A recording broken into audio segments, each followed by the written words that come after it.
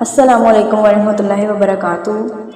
آج میں آپ کو کوک کے بارے میں چند ضروری حقائق بیان کروں گی جن کو جاننے کے بعد آپ کوک سافٹ ڈرنکس کے بالکل قریب نہیں جائیں گے۔ وہ تمام افراد جو کوک پینا پسند کرتے ہیں ان کے لیے کوک کے بارے میں چند ضروری حقائق۔ کوک میں موجود سٹرک ایسڈ کی مقدار چینی کے برتنوں پر سے دھبے صاف کر سکتی ہے۔ گاڑیوں کے کروم بمپر پر سے دھبے صاف کرنے کے لیے ایلومینیم فوائل کو کرمپل کر کے کوکو کولا میں بھگو دیں اور پھر اس سے بمپر کو رگڑنے سے اس کے دھبے صاف ہو جاتے ہیں۔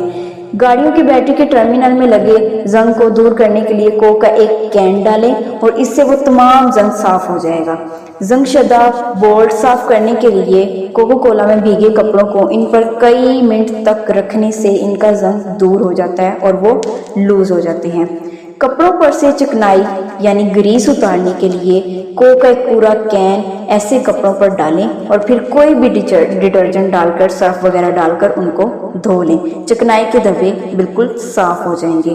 گاڑیوں کے ونڈ سکرین سے بھی گندگی صاف کر سکتا ہے۔ اسی طرح انسانی جسم پر سافٹ ڈرنکس کے اثرات۔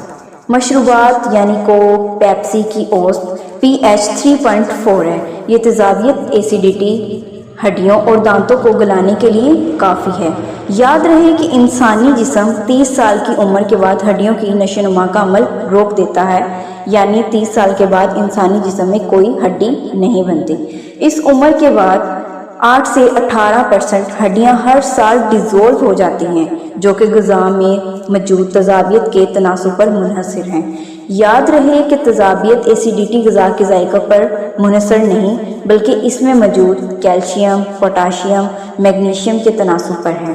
تمام ڈیزولوڈ کیلشیم کے مرکبات وینز، آرٹریز، جلد کے خلیات اور دوسرے اعضاء میں جمع ہو جاتے ہیں۔ یہ گردوں کے کام پر اثر انداز ہوتے ہیں جو کڈنی سٹونز کی صورت میں نمودار ہوتے ہیں۔ ان سافٹ ڈرنکس کی کوئی غذائی لحاظ سے اہمیت نہیں ہے۔ ان میں شکر یعنی شوگر کنٹینٹ بہت زیادہ اور زیادہ ایڈیٹو مصنوعی رنگ ہوتا ہے۔ کچھ لوگ کھانے کے بعد ٹھنڈی سافٹ ڈرنکس لیتے ہیں۔ اس کا اثر ہمارے جسم پر کس طریقے سے پڑتا ہے؟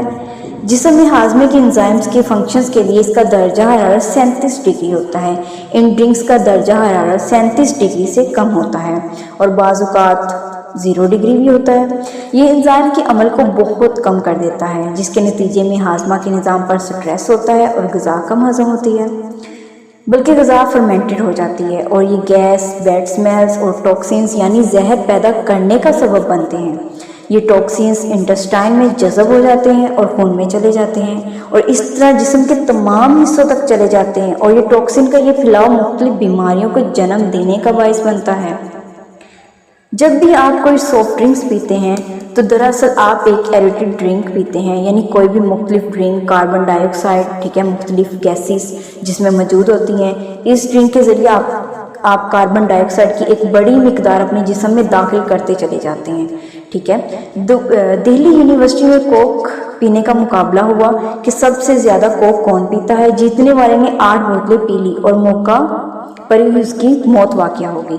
موت کی وجہ سے اس کے جسم میں کاربن ڈائی آکسائڈ کی بے تحاشا مقدار خون میں شامل ہونا تھی، جس سے آکسیجن ناکافی ہو گئی جو کہ زندگی کا ذریعہ ہے۔ نتیجن وہاں کے پرنسپل نے یونیورسٹی کی کینٹین سے ہر قسم کی ڈرنکس بند کر دی۔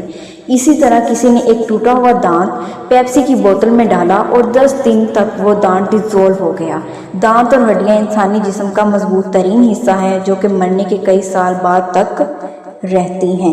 ان تمام حقائق سے آپ اندازہ لگا سکتے ہیں کہ یہ سافٹ ڈرنکس حقیقتاً اتنی سافٹ نہیں ہیں اور آپ کے جسم میں جا کر کس طرح سے یہ نقصان پہنچا رہی ہیں۔ لہٰذا آپ کو ان سافٹ ڈرنک سے اوائڈ کرنا چاہیے۔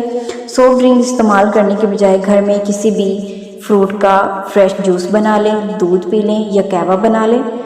ہماری خوراک ہمیں بہت اثر انداز ہوتی ہے ہماری صحت پر، ٹھیک ہے؟ لہٰذا اپنی زندگی کی قدر کریں اور ان تمام عادات کو بدلیں۔ اللہ تعالی ہم سب کا حامی و ناصر ہو۔ اللہ حافظ۔